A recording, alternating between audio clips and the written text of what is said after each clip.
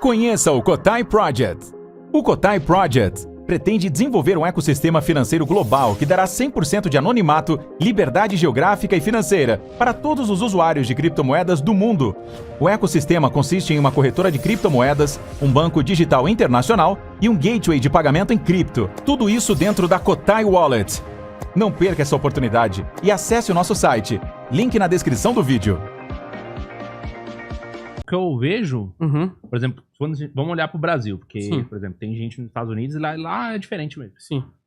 Mas eu vejo muito politizada essa questão. Com certeza. Sim. Então você tem do lado a clássica esquerda, que o Lula vai lá, o Alckmin vai lá, e eles defendem, eles acreditam que todos o palestino, o Irã, entendeu? Qualquer líder daquela região contra Israel tá sempre certo. Sim. E do outro lado, você tem aí o que o Bolsonaro foi, por exemplo, que outras personalidades E sabe o que é foram. engraçado? Alguns líderes evangélicos também. Muitos líderes evangélicos. A gente até pode falar deles.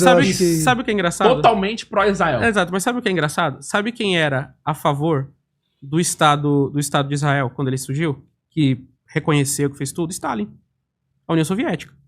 Você tá entendendo? A União Soviética.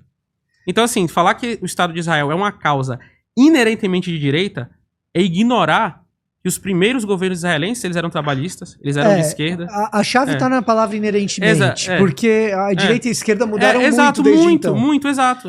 Agora, o que, assim, falando de Brasil, Júnior, olha só, o que acaba acontecendo? Uma coisa é a gente aqui dizer pró-Israel, pró-Palestina, que nem já deu pra perceber o motivo da gente estar conversando aqui hoje.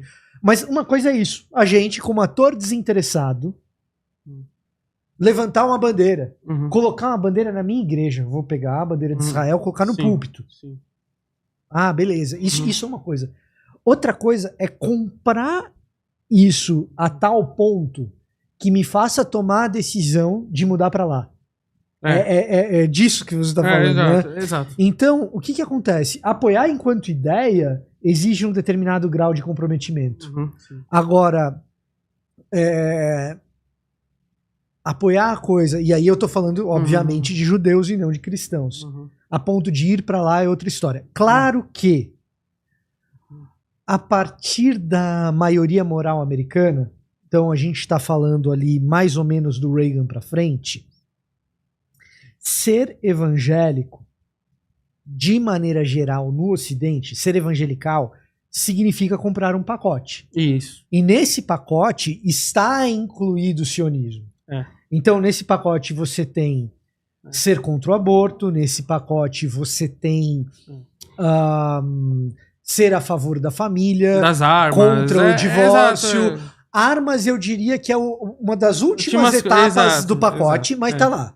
Exato. No Brasil, por exemplo, você tem a Marcha para Jesus, as primeiras, o pessoal entregava a arma para destruir. Exato. Né? Então é uma das últimas etapas do pacote. Mas o aborto é uma das primeiras. Sim, exato. E por causa do dispensacionalismo, que é uma corrente teológica evangélica típica, que entende Israel como tendo um papel profético para o futuro, ser pró-Israel faz parte desse pacote. Não é analítico, né?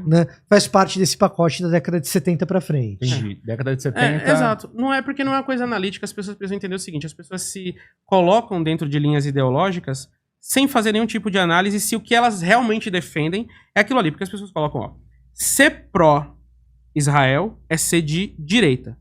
Aí você pergunta pra pessoa as contradições inerentes disso. Ou a pessoa fala, ser pró-Palestina é uma coisa de esquerda. Aí você pergunta as questões contraditórias, né, inerentes disso.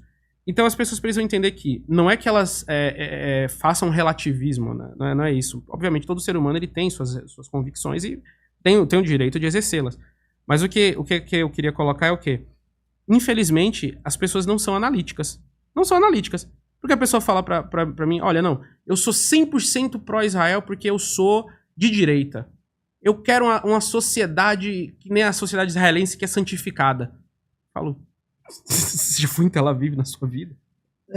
Então, pois que é super secularizado. Exato. Eu sou liberal na economia, portanto eu defendo Israel, que liberal. Vai ver o tamanho do Estado de Israel, vamos ver se é isso mesmo. Mas existe essa questão. No caso do evangélico... Você acha que é uma adesão à crítica, então?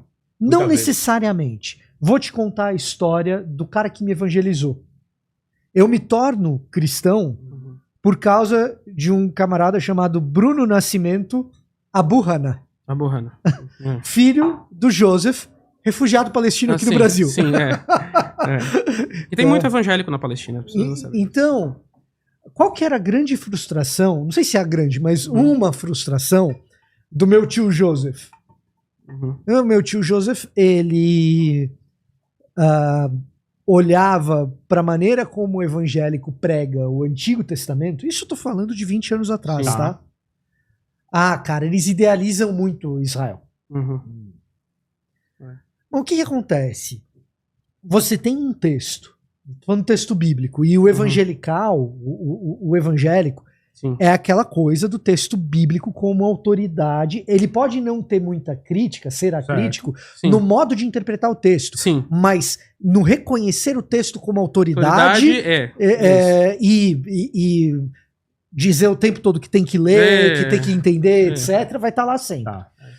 E aí, cara, você tem um texto que tá ali o tempo todo dizendo que esse povo é o povo escolhido, que existem promessas para esse povo, que Abraão, que Davi, etc. Então, não é eu não diria que é acrítico.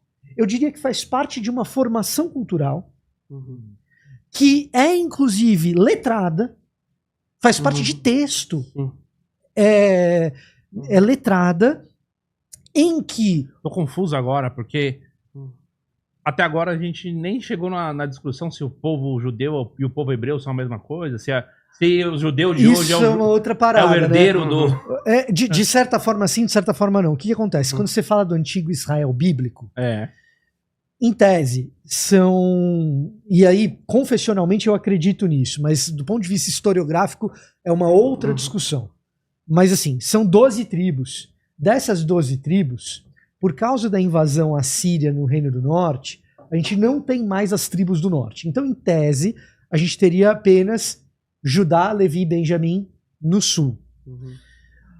Esses judaítas do Reino do Sul são o que a gente vem a chamar de judeus posteriormente. Então, quando a gente fala de um judeu hoje, de certa forma, eles são herdeiros desses judaítas do Sul.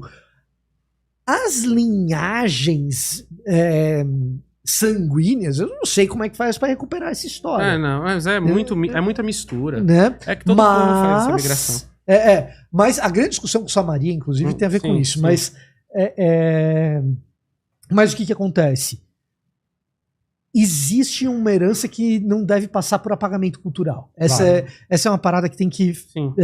Então, quando você fala do judeu hoje, ele é o judeu que vem desses judaítas que foram inúmeras vezes dispersados. Ora estão no Levante, ora não estão. Beleza, anos 70, dispersão, Bar Kokhba. Lá nos anos 70, você tem sinagoga pro norte do Mar Negro. Tá? A dispersão já é muito anterior. Por exemplo, a comunidade sefardita da Espanha, né, que são os judeus de Sefarad, eles são até anteriores ao período dessa revolta de Bar Kokhba, muito tempo que eles migraram dentro do Império Romano, porque os judeus eram comerciantes. Então você não pode apagar a herança histórica desses caras. Exato. Se o cara é judeu e é herdeiro desse tanto quanto o árabe é um herdeiro da sua própria tradição. E aí você tem uma complicação maior ainda, que eu vou colocar aqui para você. Árabe é uma identidade, em sua grande maioria, cultural. Isso, não é nem religiosa, nem étnica. Ela é cultural. Um sudanês é preto, bem preto. E um libanês é branco, bem branco. Ambos são considerados árabes. Pela Liga Árabe, pelo que se define como árabe, pelo todas as coisas que são árabes. Porque árabe não é uma identidade étnica. não é uma identidade religiosa. Árabe é cultural. O que é ser árabe? Falar a língua árabe e aspectos da sua cultura que remetem a uma origem comum no mundo árabe. Música, comida, roupas, várias coisas. Então, quando os árabes no século VII eles vão chegar ali naquela região, aquela região não era majoritariamente árabe. Aquela região do Levante não era árabe. Certo? Certo. Só que o povo que vivia ali, ele já vivia ali e ele sempre vai continuar vivendo ali. E ele vai passar a se chamar árabe nos séculos seguintes. Você tá entendendo?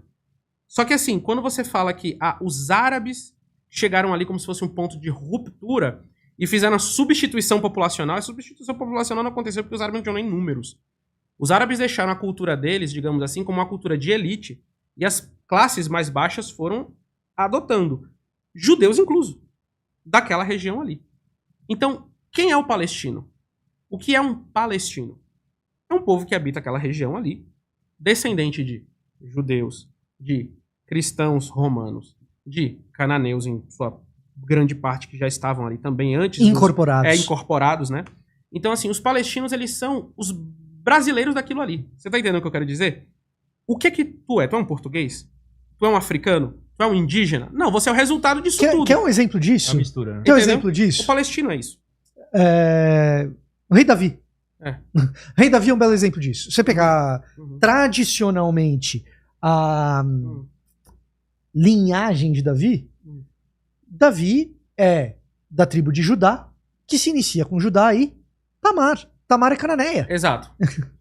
Habitante daquela região antes mesmo da imigração dos judeus do Egito, de acordo com o Êxodo, ou da chegada de Abraão, que nasce em Ur, na Caldeia, e vai chegar ali naquele lugar. Você tá entendendo? Então, assim, é complicado, porque eu sempre falo para as pessoas que não definam conflitos com base em uso capião histórico.